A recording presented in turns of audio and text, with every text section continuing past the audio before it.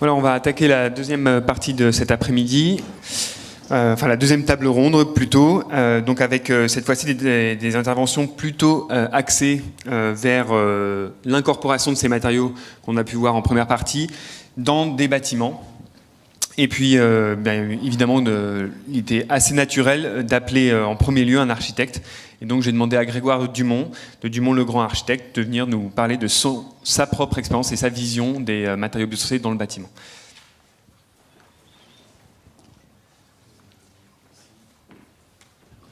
Bonjour, et merci à Caribati pour cette prise de parole. En fait, la question que je me suis posée sur le contenu de l'intervention, c'était de savoir... je retrace un peu le parcours de notre agence et j'essaie de comprendre de quelle manière on est arrivé aux matériaux biosourcés. Alors en fait, au tout début de l'agence, on a construit des petits projets que j'ai qualifiés des projets un peu d'orientation matérielle, c'est-à-dire que l'expression constructive, le plaisir du matériau, le plaisir du chantier, toute l'expérimentation, le jeu, etc., sont des éléments essentiels à la conception de l'architecture. Donc on a construit un premier préau tout en bois, qui se trouve à Versailles, qui était basé sur une idée de répétition de trame. À la suite de ça, on travaille actuellement sur une école tout en bois, qui elle aussi, dont la conception repose sur la répétition d'une structure. Bon, je ne m'étends pas sur toute la démarche urbaine et plus large, mais je vais vraiment parler des matériaux. Ou une petite maison à Boulogne en briques massives, chaulée dans sa partie basse et vernissée dans sa partie, de tuiles vernissées dans sa partie haute, ou une petite maison en bois noir de goudron de pin, revêtue de goudron de pin. En fait, tous ces matériaux-là, tous ces projets ont été, à mon sens, sont venus assez naturellement de commandes assez ordinaires.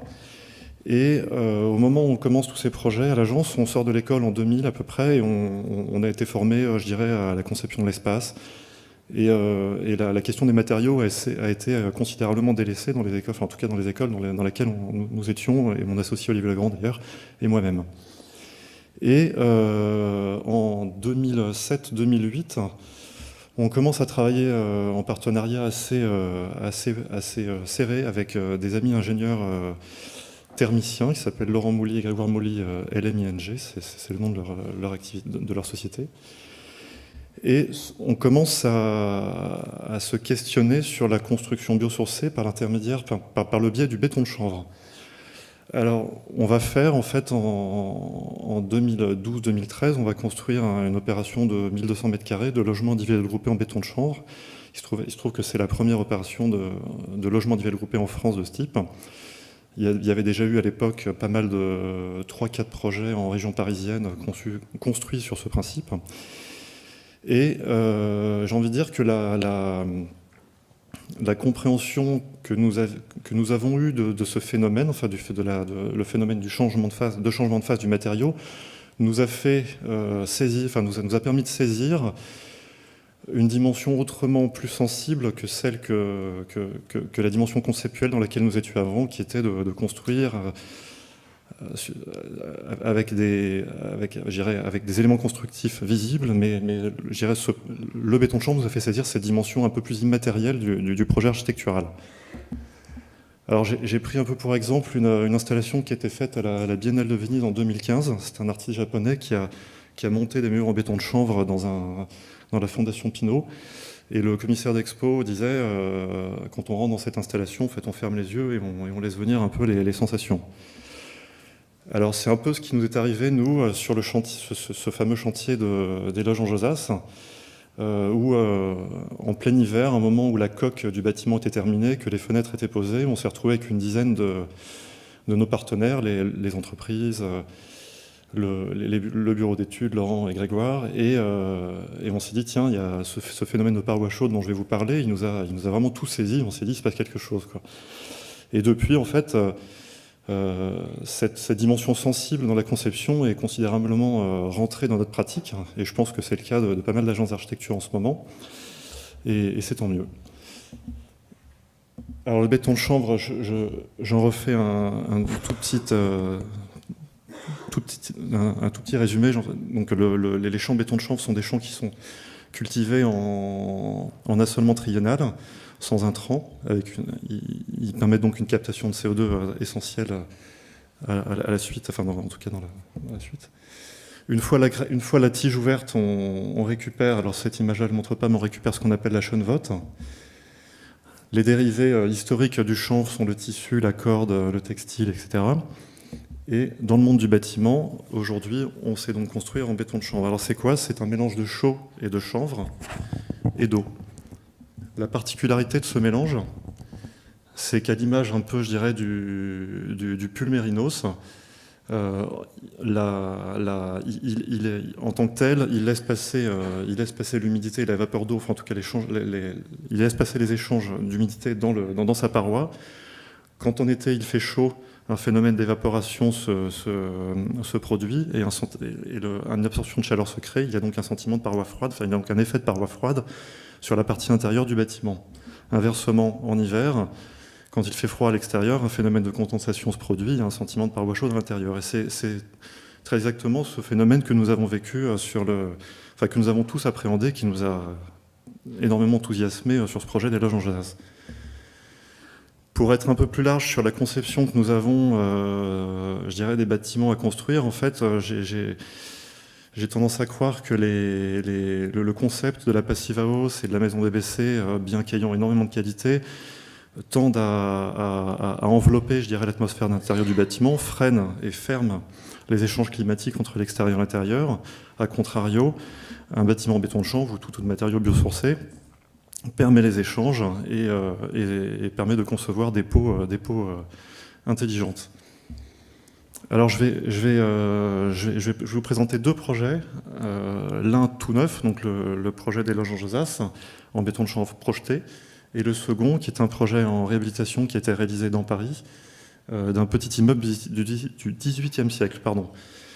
Alors ce qu'il faut peut-être retenir dans ces deux projets-là, c'est que dans les deux cas, nous sommes une petite équipe de maîtrise d'œuvre, bien entourée techniquement par les moulis, les ingénieurs, et on se retrouve dans le premier cas avec un maître d'ouvrage qui est pour l'innovation, et dont le métier premier est d'être exploitant forestier. Donc il est à la fois exploitant forestier et investisseur, c'est son mi-temps, et il est de ce fait assez vite acquis à l'idée de construire autrement. À l'époque, au moment où on lui propose tout ça, les règles professionnelles du béton de chanvre en sont à leur première ou leur deuxième version, et comme je vous le disais, il y a très peu de bâtiments construits comme cela. Dans l'autre cas, le bâtiment de la Huchette, donc au plein cœur de Paris, est un bâtiment que nous avons fait pour la RIVP. Également, la RIVP est un maître d'ouvrage, je dirais, très sensible à l'innovation architecturale et technique et nous a donné pas mal de marge de manœuvre pour concevoir et construire ce projet. Alors, les loges en Josas, c'est un petit village qui est à côté de Versailles. Il se trouve qu'on a dû démolir et reconstruire les granges qui se trouvent en bas dans la photo du bas. Voilà le plan masse avec l'implantation des bâtiments. La figure et la silhouette des bâtiments sont très conventionnelles, je dirais, très intégrées au contexte dans lequel nous sommes. Les architectes des bâtiments sont très présents. Il y a un cadre, je dirais, un cadre architectural qui est très conduit. Et ce qui nous a énormément plu, c'est de concilier à la fois cet encadrement très fort et de répondre techniquement avec une innovation très forte qui finalement est complètement dissimulée, ne se voit pas. De certaine manière, l'architecture ne se met pas en avant, mais laisse place à une technicité très faiblement exprimée et des choses très très simples. Donc là, voilà quelques photos du projet. Alors, les codes classiques de l'architecture sont repris. On réouvre au sud des grandes baies en faisant appel à des références de baies, de grandes granges. Et j'en viens donc au système constructif. Donc, en dessous de cette peau d'enduit plâtré chaud, le choix constructif retenu est celui d'une ossature mixte en béton avec un fond de pharmacelle sur lequel on va venir projeter le béton de chanvre. Alors comment ça se passe? En fait, une fois que l'ossature est montée, une fois que la préfabrication est terminée et installée, une grande lance récupère le mélange chaud-chanvre-eau et on projette en plusieurs passes l'isolant. Alors, je ne rentre pas dans les détails, mais ce que cette planche signifie, c'est que la somme des détails qu'il a fallu régler, je dirais, au moment de la conception du projet est phénoménale. On n'est pas là en train de construire une tour de 300 étages, mais l'attention, je dirais, à tous les détails du pied de façade, de la peau, des jonctions entre la toiture et la peau, etc., ne se voient plus du tout aujourd'hui, une fois que le bâtiment est terminé, mais ont été l'objet d'ajustements énormes. Après relecture des règles du béton de chanvre, on s'est rapproché de la filière. L'échange avec les entreprises qui ont réalisé le chantier a été colossal aussi. Enfin, on a passé un temps fou sur ce chantier. En fait, ce qui est essentiel, c'est que cette innovation douce, j'ai envie de dire, elle nous a permis de travailler complètement différemment de la manière dont on travaillait sur nos autres chantiers. Alors, au niveau de la performance énergétique, juste, je m'arrête une seconde sur le schéma du bas. Notre projet se situe en fait sur la 3e colonne. Il est en émission de CO2 en facteur 4. Et je l'ai situé à gauche d'un projet qui aurait pu être BEPOS avec une même technique, enfin avec une technique différente, la technique du monomure. Et ce schéma montre comment les ouvrages techniques et le mode constructif d'un monomure auraient regonflé l'équivalent, enfin les émissions de CO2 du projet. On est là dans un projet qui se veut, je dirais, très simple techniquement, très peu d'éléments techniques accompagnent le projet, pas de VMC double flux, etc. Et un matériau captateur de CO2. Donc voilà les dernières images du projet. Et j'arrive sur le deuxième projet que je vous présente, qui est le projet de la rue de la Huchette pour la RIVP. Donc il s'agit là d'une toute petite parcelle qui se trouve rue de la Huchette, entre la Seine et à peu près 300 mètres de Notre-Dame. Donc on est dans un contexte hyper protégé, avec une complexité technique assez folle, du fait d'un sol complètement meuble, un objectif donné par la mairie de Paris d'être plan climat, et voilà un peu les contraintes, et un immeuble dont on hérite au moment où on démarre l'étude, qui était quasiment en arrêté de péril, avec des planchers qui avaient des verres de 30 cm dans tous les sens. Donc, à la complexité du programme et du contexte, on a ajouté une nouvelle complexité qui était pour nous essentielle de prolonger notre expérience du projet des loges en Josas. Alors là, on voit la façade arrière avec une aile contemporaine et le corps de bâtiment principal qui fait l'objet du sujet d'aujourd'hui. Alors, le programme consiste à réhabiliter tout le corps de bâtiment principal et à construire une aile en retour à l'arrière qui va accueillir un nouvel escalier. Le corps de bâtiment principal va faire l'objet d'un curage complet. Ces planchers vont être entièrement réhabilités et le système d'isolation que nous allons retenir va être celui du béton de chanvre. On va piocher les enduits donc du béton de chanvre sur les deux faces. On va piocher les enduits extérieurs pour les remplacer par un corps d'isolant mince de 2-3 cm, complété d'un enduit extérieur chaud chanvre. Et à l'intérieur, nous allons projeter 10 cm de béton de chanvre. L'idée là, c'est de tirer parti de la matérialité de l'immeuble. On a un immeuble en moellon, 18e, et la question qui se pose, c'est de savoir dans un centre historique comment on fait perdurer, je dirais, la qualité matérielle de cet immeuble au-delà de toute la symbolique architecturale dont je parlerai moins ici. En tout cas, ce que ça permet, ce que ça va permettre, c'est la conservation des monétures, c'est un climat sain, pour toutes les raisons que j'ai pu expliquer avant. Et dans le temps du chantier, à nouveau, comme sur les loges en Josas, on constate que notre rôle d'architecte va un petit peu au-delà que celui de prescrire. Quand on se lance dans une situation un peu innovante comme celle-là, il reste combien de temps ? C'est fini. C'est fini. Bon, bah, je passe très vite. C'est que notre rôle est de former, d'accompagner et je dirais, d'entourer l'entreprise considérablement. Et ça, c'est un peu le message que je veux passer ici. Donc je termine très vite. Bon, voilà quelques photos de l'intérieur, l'extérieur. Alors, je m'adresse pas mal à des maîtrises d'ouvrage en ce moment et je leur explique les avantages, les inconvénients, les coûts, etc. Donc je fais pas mal de synoptiques qui permettent de dire combien ça coûte et quelles sont les complexités techniques que je peux rencontrer quand je les emmène dans ce genre de sujet. Donc on est amené aujourd'hui à travailler, alors j'avance un petit peu, sur des projets qui s'étendent un peu plus en taille. On est notamment sur un projet de construction en paille à Bobigny, d'ossature béton, de remplissage en paille. Sauf que ce sont les deux petits immeubles qui sont de part et d'autre. Pourquoi béton-paille? La mixité structurelle a son sens du fait du programme et d'une portée assez complexe à réaliser. Et on vient remplir dans une ossature en béton des caissons de paille. Également, à Jouy en Josas, nous travaillons actuellement, on dépose un permis de construire le mois prochain de 130 logements sur lesquels on va construire à peu près un tiers des bâtiments en pierre massive. Et là encore, ce qui est intéressant, c'est que le promoteur qui nous a appelés, qui s'appelle la Franco-Suisse, a une méthode de travail très encadrée, je dirais assez fermée dans sa méthode. Et il est venu nous chercher justement pour réouvrir sa technique, pour réouvrir sa méthode et faire entrer dans ses équipes un savoir-faire. Et ça, en gros, c'est un peu le message que je suis passer ici, c'est que notre rôle d'architecte, je dirais assez peu sachant en sortant de l'école, qui s'étoffe au fur et à mesure du temps grâce à l'innovation, nous permet de prendre une place très centrale et plutôt transversale, je dirais, dans le monde du bâtiment, de la filière, du champ aux maîtrises d'ouvrage que nous fréquentons au quotidien. Voilà.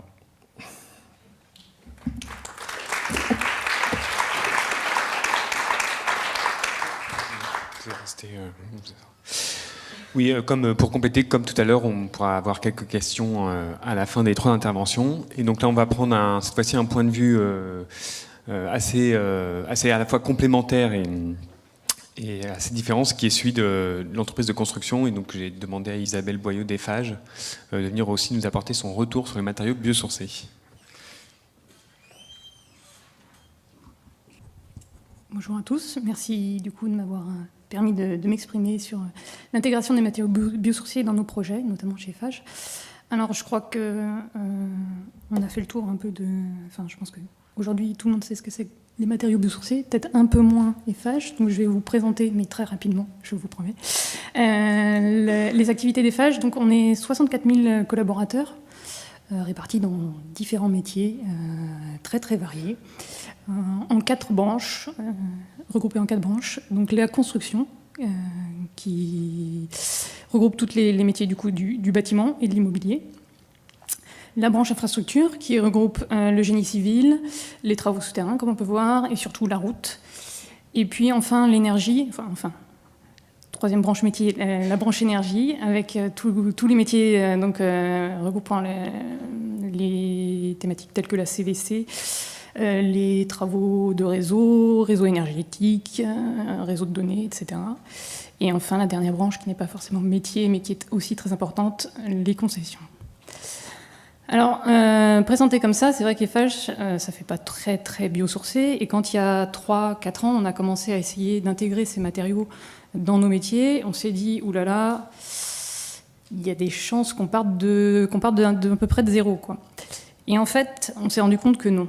Parce que, en fait, du biosourcé, on en trouvait déjà dans nos métiers depuis plusieurs années, pas forcément visible, mais je vous en ai donné quelques exemples. Alors, le plus parlant et ce dont on parle le plus souvent aujourd'hui, c'est la construction bois. C'est une thématique qui s'est beaucoup développée chez nous. Eiffage Construction a même lancé une entreprise dédiée au bois, Eiffage Construction Bois. Et je vous ai mis 2 exemples là en avant. Le lycée des Mauges, dans le 44, et puis un projet qui va commencer à sortir de terre début 2018, la tour Épérion, donc qui sera la plus grande tour d'habitation en France en construction bois, en structure bois.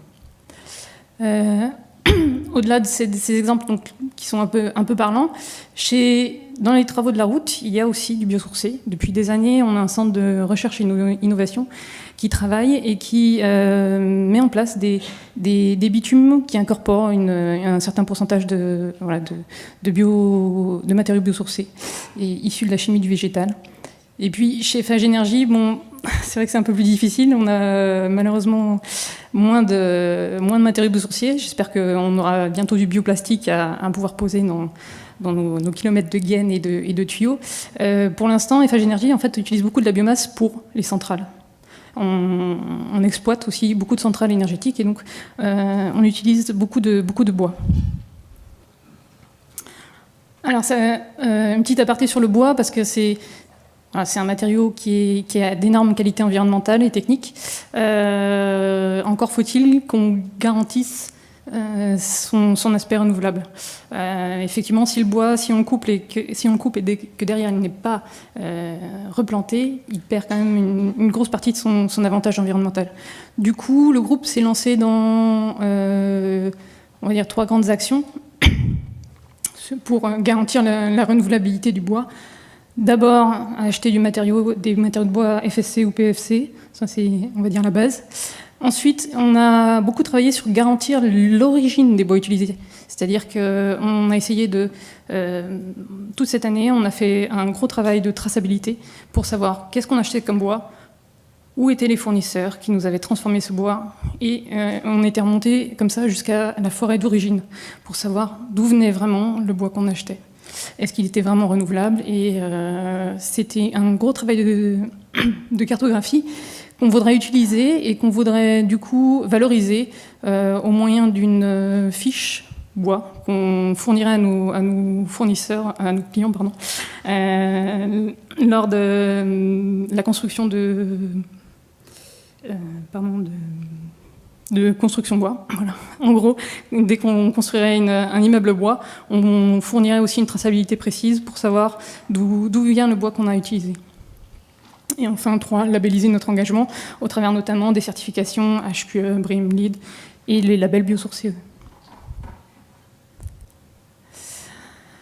Alors ça, c'était voilà, un aparté sur le bois. Maintenant, comment essayer d'aller un peu plus loin et pourquoi aller plus loin? D'abord, on a comme toutes les grandes entreprises, on a beaucoup d'objectifs en termes d'innovation, de développement durable. On veut forcément réduire les impacts environnementaux de nos activités. Et pour ça, les matériaux biosourcés sont un bon moyen d'y arriver. Ensuite, il faut le noter, une demande croissante des clients. On voit de plus en plus d'appels d'offres avec des demandes de labels biosourcés.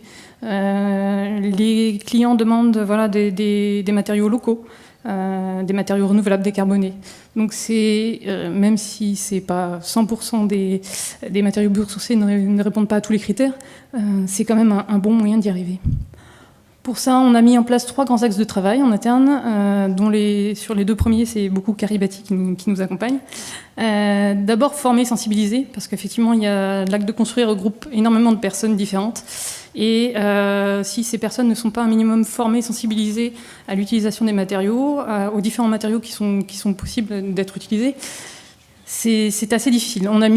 Pour ça, on a mis en place des formations en ligne, et aussi un catalogue de matériaux biosourcés.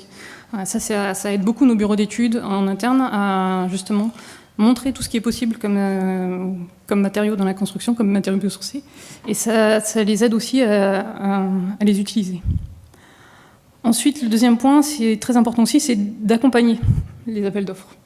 Et surtout d'intervenir le plus en amont possible. On l'a vu lors de la présentation précédente. Si on ne prend pas la mise en place de matériaux biosourcés, amène souvent des petites contraintes techniques. Si elles ne sont pas prises en compte dès la conception et très tôt dans les études et très tôt dans les appels d'offres, on peut se retrouver coincé au niveau du chantier. Et donc, il est important d'intervenir très très en amont. Ensuite, dernier grand point, comme on l'a dit depuis le début, les matériaux biosourcés, c'est beaucoup de l'innovation, c'est beaucoup de premières fois. Quand on demande à quelqu'un de changer ses habitudes de travail, ça met en place des doutes, c'est en général plus cher, donc ça met des freins. Et le groupe FH, pour ça, a mis en place depuis cette année 2 fonds dédiés à l'innovation, 2 fonds dédiés, dotés de plusieurs millions d'euros, donc qui servent à nos équipes projets en interne, qui peuvent faire appel à ces fonds pour, on va dire, financer le surcoût lié à la mise en place, par exemple, de solutions décarbonées ou de solutions innovantes. Alors rapidement, je vous ai mis quelques exemples. Ici, c'est la rénovation d'un grand ensemble de logements. C'est un exemple qui date de 2014. pour répondre aux exigences voilà, thermiques et aussi aux exigences dans la rapidité de mise en œuvre, on a fait appel à une solution là, qui est, on va dire, semi-industrielle, la solution panneau-bloc, qui est en fait un entrecroisement de bois dans lequel est intercalé de l'isolant, qui peut être soit minéral, soit biosourcé. Et donc ces panneaux sont préfabriqués et n'ont plus qu'à être posés sur chantier. Donc ça permet une grande rapidité d'intervention, d'utiliser du biosourcé. Et là, c'est une solution, on va dire, relativement facile, puisqu'il y a des avis techniques. Du coup, cette solution a été réutilisée sur d'autres opérations, et d'ailleurs en cours sur un de nos chantiers. Donc là, c'était 3800 m² de façade, donc c'est déjà pas mal. Deuxième exemple, un peu plus poussé, on va dire, au niveau biosourcé. Là, mais ça reste toujours sur les façades. C'est l'utilisation du caisson préfabriqué en isolation paille. Donc là, c'est un peu le même système, on va dire, constructif, sauf que voilà, les caissons sont préfabriqués et on met de la paille à l'intérieur. Ça a été prévu pour une opération de rénovation, là, pareil, changement de destination, puisque c'était un immeuble tertiaire qui voulait être réhabilité en résidence étudiante. Là, c'est donc une opération sur laquelle il y avait un peu plus... l'aspect innovant était un peu plus poussé, puisque là, il n'y avait pas d'avis technique. Il fallait mettre en place un avis technique expérimental sur chantier. Du coup, ça veut dire des délais supplémentaires dans le chantier. Il fallait incorporer tous ces délais dans la conception aussi. Ça avait été fait en partenariat avec Caribati d'ailleurs. Et surtout, les surcoûts liés à la mise en place de la TEX pouvaient être financés aussi par nos fonds internes. Donc ça aurait été voilà, superbe de remporter cette opération. Malheureusement, on ne l'a pas eu. Mais je pense que ça sera vraiment un bon retour d'expérience pour nous pour peut-être représenter ce genre de solution sur d'autres opérations plus tard.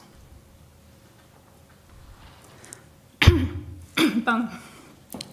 Dernier exemple, là on change un peu de lieu. On est sur la Côte d'Azur. C'est un collège en conception-réalisation qu'on a remporté. Et en fait, ce collège est certifié BDM, bâtiment durable méditerranéen, au niveau OR. Donc c'est un très bon niveau. Et ce niveau exige qu'on mette en place un certain pourcentage de matériaux biosourcés dans notre projet. Du coup, pour répondre à ce besoin, on a intégré énormément de bois et on a voulu aussi mettre en place un isolant biosourcé. Jusque-là, pas de souci. On voulait le mettre aussi en isolation par extérieur pour garantir les performances énergétiques. Et donc, on est dans un ERP. Et là, même si les isolants biosourcés ont beaucoup d'intérêt, ils ont un petit défaut, c'est qu'ils ne sont pas forcément très, très résistants au feu.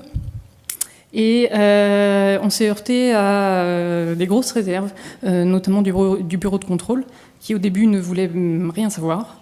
Grâce à énormément d'échanges entre des experts du CSTB, des Caribati, le fabricant aussi, l'industriel, on va arriver, on croise les doigts, on va arriver à mettre en place finalement cet isolant biosourcé par l'extérieur. Et là aussi, c'est un gros retour d'expérience. Voilà, c'était une opération peut-être un peu plus complexe au point de vue administratif, pas forcément au niveau du chantier, mais voilà, un très bon retour d'expérience pour nous et je pense qu'on anticipera un peu plus la prochaine fois.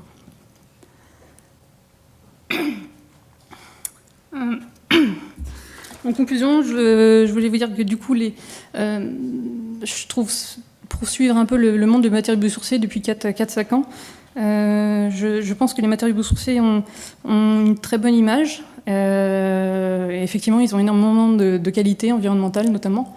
Il faut qu'ils continuent justement à garder cette image, notamment en garantissant la renouvelabilité des ressources, notamment pour le bois, aussi en continuant à à communiquer, voilà, je vais y arriver, à communiquer sur leurs aspects environnementaux et notamment à justement produire des FDES et des analyses de cycle de vie de leurs matériaux. C'est vraiment ce qui peut nous aider à démontrer de façon précise que les matériaux biosourcés ont des avantages environnementaux. Et là-dessus, je pense que le label produit biosourcé, qui a été lancé il y a quelques mois aussi, peut beaucoup aider à garantir cette image.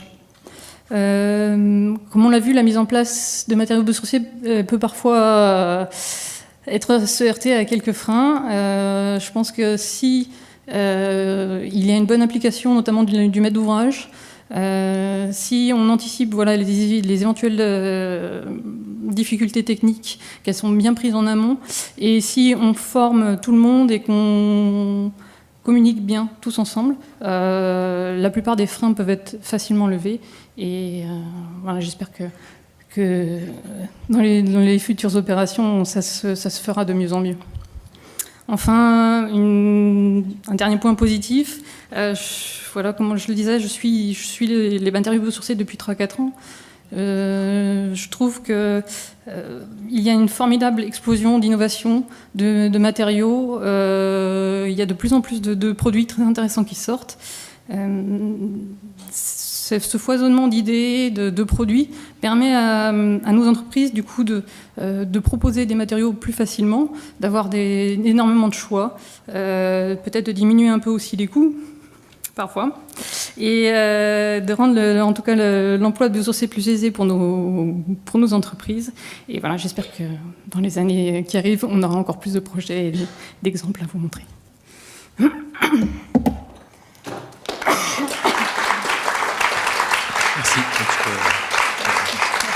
Merci beaucoup. Et donc, la dernière intervention pour cette table ronde, donc ce sera Alexandra Borsari qui va cette fois nous essayer d'élargir un petit peu le champ et d'apporter surtout vers, finalement, parler de ceux pour qui on fait les bâtiments, qui sont ces usagers. Je t'en prie, Alexandra. Alors, merci aussi à Karibati. Et moi, je suis contente d'intervenir à la fin, parce qu'en fait, j'apporte une vision naïve sur vos métiers, parce que j'ai beaucoup d'attentes. Je suis utilisateur, usager. Je suis pas du tout issue du monde de la conception ni de l'architecture en général. Enfin, je connais pas de l'intérieur vos métiers, mais par contre, en tant qu'habitante du monde et puis habitante tout court, j'ai des besoins et des envies. Et moi, je suis docteur en sciences politiques. J'ai travaillé sur la quête du lieu idéal à travers tout ce qu'on peut projeter comme fantasme sur la nature. Et c'est pour ça que j'ai choisi de vous mettre cette photo d'un jardin qui est près du Creusot, pas seulement pour vous montrer où j'étais allée me promener, mais parce que pour moi, il est assez représentatif de ce qu'on peut, on aurait pu remettre 1000 autres, de ce qu'on peut projeter sur ce qu'on appelle la nature, et qui est souvent en fait un espace assez délimité où on exerce un contrôle et où surtout on est en sécurité. En tout cas, en Europe occidentale. Et voilà, donc j'ai glissé vers l'anthropologie en continuant cette investigation sur le lieu idéal à travers les techniques, qui est un autre lieu d'investissement incroyable, notamment pour l'Occident. Et puis j'en suis arrivée à travailler aujourd'hui sur l'habitat dans le cadre d'une expérience qui est à la fois personnelle et professionnelle de nomadisme. Et je suis nomade débutante parce que je suis en caravane seulement depuis le mois d'avril. Donc j'expérimente et je suis très contente de vous en parler aujourd'hui. Je vais vous parler des biosourcés, vous allez voir de manière du coup un petit peu détournée, mais parce que les biosourcés font partie de mon horizon d'arrivée. J'espère arriver en fait à concevoir avec des partenaires des caisses mobiles innovantes qui soient pensées autrement qu'avec ce à quoi c'est fait aujourd'hui, c'est-à-dire pas du tout pensé pour de la mobilité durable. Ce jardin, je vous l'ai mis aussi parce que pour revenir sur ce rapport à la nature, au naturel, et je pense que c'est intéressant parce que dans cet imaginaire que ça convoque chez nous tous, alors de manière différente selon nos histoires personnelles, mais cet imaginaire que globalement on partage à peu près dans l'ère culturelle européenne, c'est donc cette sorte de sécurité, on est bien, c'est quelque chose qui est maîtrisé, et c'est quelque chose où il n'y a pas d'humain aussi, parce que quelque part le naturel ça nous repose de l'humain, et c'est peut-être pour ça aussi que ça fait du bien, et ça nous repose de l'humain, et surtout ça nous reconnecte avec l'essence. Et là on retrouve finalement quelque chose, une tendance qu'on observe, qui s'amplifie, qui est ce retour aux sensibles, aux ambiances. Et alors là, le potentiel des biosourcés en termes d'investigation et d'exploration et de mise à profit de ce bien-être comme matériaux bien-être, matériaux qui vous aident à rester en bonne santé, la maison qui vous veut du bien, etc. Il y a un capital imaginaire et donc derrière marketing, mais pas seulement, ça va bien au-delà, à mon avis, qui est un potentiel à exploiter. Alors, je vous ai mis ensuite une autre image qui va vous paraître un petit peu décalée, mais qui est en fait à la fois on se sent. Pourquoi est-ce qu'on se sent bien dans la nature? Parce que bon, il n'y a pas d'humain, ça nous reconnecte avec l'essence, etc. Et puis quelque part, c'est toujours même sur un paysage comme ça qui peut paraître un petit peu plus familier, un petit peu plus sauvage, pardon. On a quand même une sensation de familiarité. Et d'ailleurs, je sais bien que là, il y a des étudiants en architecture, j'imagine, et je sais que vous avez eu aussi, vous êtes sensibilisés au fait que l'action de l'humain sur l'environnement, elle est prégnante et partout, et il n'y a pas de paysage vierge, ça n'existe pas, ou alors faudrait peut-être en Antarctique, mais disons qu'il n'y a pas de paysage indemne d'une action humaine. Et là, sur ce fleuve, donc sur la Drôme, qui est un fleuve qui est assez peu aménagé d'ailleurs, on voit sur la deuxième photo, l'humain n'est jamais très loin, on voit la tour de Craie. Ça nous paraît familier, ça nous paraît sauvage, entre guillemets, ce qu'on appelle sauvage, reconnexion avec soi-même. Et puis quand on se promène sur les berges, on trouve ça, ces traces d'humains partout. Encore une fois, vous allez me dire, c'est loin des biosourcés, mais j'ai mis ça parce que j'aurais mis tomates sauvages, j'aurais dû mettre tomates ensauvagées. On ne sait pas comment sont arrivées les graines, mais en tout cas, elles sont là. Si ce n'est que c'est du naturel, mais c'est artificiel. Parce que ces espèces-là, elles ne sont pas naturelles. Elles ont été créées par l'homme. Et c'est là où je pense qu'il y a un potentiel et en même temps un danger peut-être pour la filière des biosourcés, qui est que à la fois cette image naturelle, bien-être, c'est bienfaisant parce que c'est pas chimique. Alors déjà, la chimie, c'est naturel. Hein, il y a de la chimie partout. La photosynthèse, c'est de la chimie. Et c'est à la fois, je pense, mais je me trompe peut-être, que jouer sur... il faut absolument mettre en avant ce côté issu de la nature, issu de la biomasse, voilà, quelque chose de sain. Mais en même temps, il ne faut pas négliger l'aspect technique. Et peut-être que là, il y a parfois, et en tout cas dans l'imaginaire du grand public, il peut y avoir un décalage énorme et sur lequel, à mon avis, il y a un effort de pédagogie à faire. Mais parce que finalement, c'est très technique et on l'a vu avec les interventions qui ont précédé. Il y a des savoir-faire et il y a des savoir-faire qui sont très anciens. Aujourd'hui, il y a des techniques qu'on redécouvre et c'est comme ces plants de tomates qui paraissent tout bêtes et qui sont en fait le résultat d'une intelligence de l'environnement, d'essais, de recherche. Et au final, il y a beaucoup de techniques dans ces petits plants qui ont poussé tout seuls parce qu'il y a de l'humain derrière. Alors, je voulais aussi, j'ai mis ça, c'est pareil, vous allez me dire où sont les biosourcés là-dedans. Je voulais insister sur le côté habitude. Ça a été abordé, on a dit, l'innovation, c'est difficile. Enfin, de toute façon, l'innovation, je vous apprends rien, mais pardon pour la répétition, j'imagine qu'on vous a rabâché ça, mais les étudiants, mais une invention, pour passer le stade de l'innovation, il faut qu'elle soit adoptée par un groupe social. Or, parfois, on fait adopter ce qu'on peut. Et là, je trouve qu'on a un bel exemple, c'est que on a l'impression que on va faire du verre. C'est sur l'écosite d'Eure, c'est toujours dans la Drôme. On a l'impression aussi que parfois c'est facile de faire quelque chose d'écolo, etc. Allez, on met du bois, hop, hop, hop, et c'est fait. Et puis on s'intéresse pas aux usages. Et puis en plus, on a l'impression que ce qui est évident et ce qui devait être évident pour les gens qui ont pensé ça, c'est que attacher son vélo par la route devant, ça suffisait. En fait, non. D'ailleurs, c'est pas utilisé, c'est ce qu'on voit. Et ça, j'insiste là-dessus parce que le plus dur, et je m'adresse en particulier aux étudiants, ce contre quoi vous allez devoir batailler tout le temps pour défendre vos projets, c'est justement ces habitudes de pensée. Et c'est montrer que c'est pas évident et que les évidences de vos interlocuteurs n'en sont pas. Et ça, c'est vraiment très dur. Parce que on est face à... Et puis, en plus, on est pris dans des contraintes réglementaires et puis de financement, parce que j'imagine que si ça, c'est là, c'est que c'était ce qui pouvait être financé. C'est décevant, quand même. Mais bon. Donc, l'idée, c'est comment est-ce qu'on fait autrement. Donc c'était vraiment pour illustrer ce côté écueil c'est du greenwashing, hein, typiquement. C'est vraiment trop dommage. Là, je voudrais revenir maintenant sur mon expérience. Alors, je vous disais que les biosourcés, c'est vraiment le point d'arrivée, parce que je pars d'une caravane qui a 30 ans,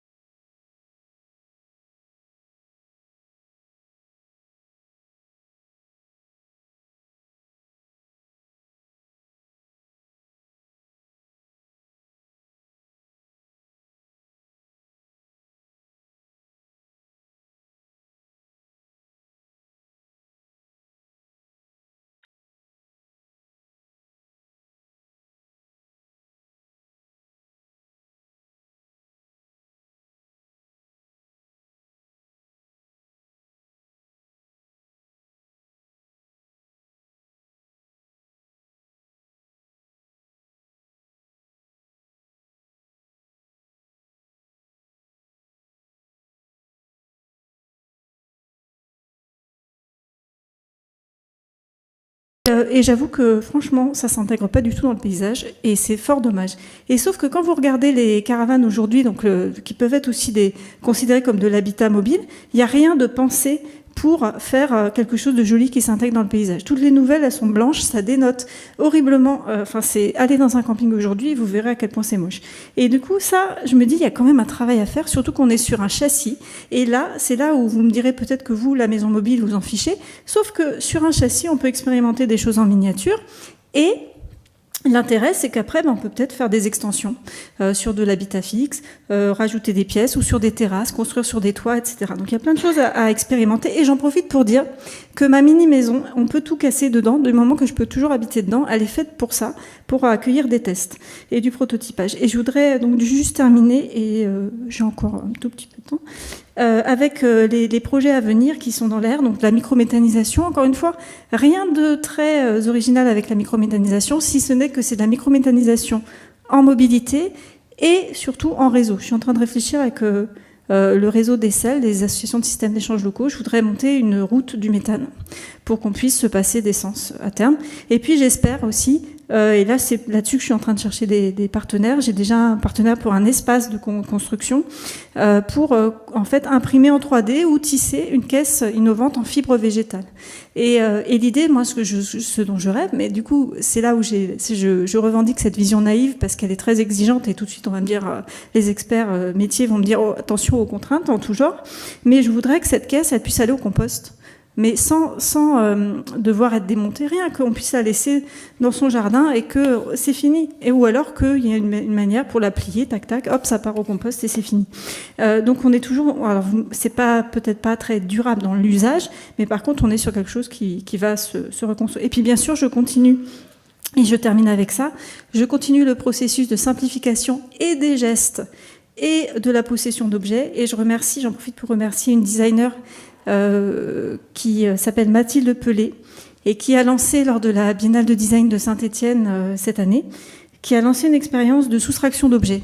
Et ça m'a beaucoup inspirée parce que, en fait, Mathilde s'est dit, finalement, en tant que designer, j'ai passé ma vie à rajouter des objets à ce monde. Comment est-ce que je peux faire pour les soustraire et pour travailler sur les objets existants pour, par exemple, ce pupitre, est-ce qu'on a vraiment besoin de ça? Et elle commence à découper tout chez elle. C'est-à-dire qu'elle découpe ses miroirs, etc. Et ça, c'est vraiment très intéressant parce que notre dépendance aux objets... Alors, est-ce qu'il y a un lien avec les biosourcés? En tout cas, il y a des explorations à faire, à mon avis. Mais sur cette dépendance aux objets et à l'environnement qui nous rend familier un habitat, il y a probablement des choses à faire. Voilà. Je vous remercie.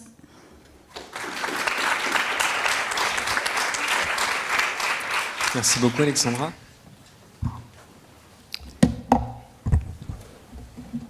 Alors, donc je vais vous présenter en fait le résultat d'un travail qui a été mené par Karibati, qui s'inscrit dans le cadre du plan d'action du ministère et de la DHUP autour des biosourcés. Alors, en 4 minutes, donc vous avez déjà les chiffres. Alors, l'objectif de tout ça, en fait, c'était en fait d'essayer d'avoir des chiffres derrière des affirmations.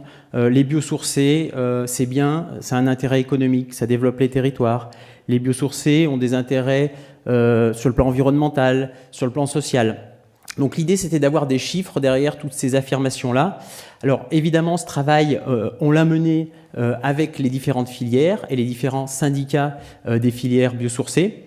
Donc on a recueilli un certain nombre de données issues de ces filières et sur la base de ces données, on a calculé, réalisé un certain nombre d'indicateurs. Alors les indicateurs, vous les avez dans le document qui vous a été transmis. On va revenir un petit peu rapidement sur certains de ces indicateurs-là. Premier indicateur, souvent indiqué, les aspects environnementaux et notamment l'indicateur carbone et le stockage du carbone. Alors bon, je passe sur le principe. Hein. On a avec les plantes une fabuleuse technologie de stockage de CO2 qui en plus utilise de l'énergie renouvelable. Donc il faut l'utiliser et il faut l'utiliser de façon importante. Alors évidemment, les plantes stockent du carbone. Ça ne fonctionne que si les cultures, les forêts sont gérées durablement, parce que si on coupe tous les arbres, on ne va pas stocker du carbone de façon pérenne.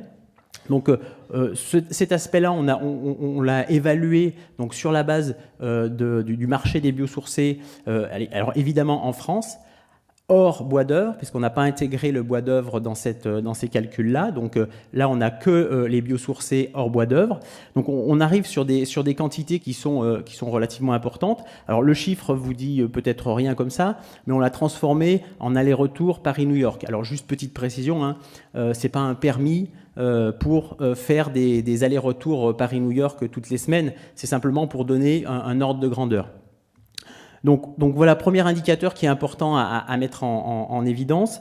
Deuxième indicateur, les utilisations. Donc on voit qu'on commence à avoir une utilisation qui est plus anecdotique, puisque 10% des opérations d'isolation ont été réalisées avec des biosourcés. Et aujourd'hui, les artisans commencent à utiliser ce type de matériaux. 50% des artisans ont au moins utilisé une fois les matériaux biosourcés. Autre élément, le développement économique des territoires. Alors là, évidemment, il s'agit d'investissement sur les territoires puisqu'on a toute la filière sur le territoire, de la matière première, de l'extraction de la matière première. Quand je dis extraction, c'est évidemment la culture, jusqu'à la mise en œuvre, puisque les bâtiments, évidemment, ils sont locaux. Donc on a toute la filière sur les territoires et ça crée de la valeur sur les territoires et c'est de l'investissement dans les différents process de fabrication. Alors, au niveau des emplois, évidemment, c'est de la création d'emplois, hein, 4000 emplois créés ou maintenus par les différentes filières et les différents acteurs du domaine. Alors, développement d'activité aussi, puisqu'on a un marché qui est en croissance, de 10% environ. Alors ça, c'est des chiffres qui datent de 2015-2016. On peut imaginer avec les développements actuels qu'on est plus aux alentours de 15 à 20%, parce qu'il y a aujourd'hui une demande qui est de plus en plus forte au niveau des matériaux biosourcés. Et ça représente 600 millions d'euros de revenus pour le secteur agricole et sylvicole. Alors, non-concurrence des usages, quelqu'un l'a évoqué à un moment donné, ce sont des coproduits, hein, les biosourcés utilisés dans la construction, ce ne sont pas des productions dédiées, donc généralement ce sont des coproduits, donc il n'y a pas une concurrence directe avec l'agroalimentaire. Et aujourd'hui, donc sur les quantités de biosourcés mises en œuvre dans le bâtiment, alors encore une fois, hors bois d'œuvre, on est à 230 000 tonnes par an, ce qui représente 1% de la biomasse disponible totale sur le territoire. Alors, sur l'analyse du cycle de vie, on a parlé de stockage carbone, on peut aussi parler d'énergie. Et les process de production des matériaux biosourcés sont des process qui sont potentiellement faiblement énergivores. Et si on a fait un petit calcul par rapport où on substituait un matériau biosourcé par un matériau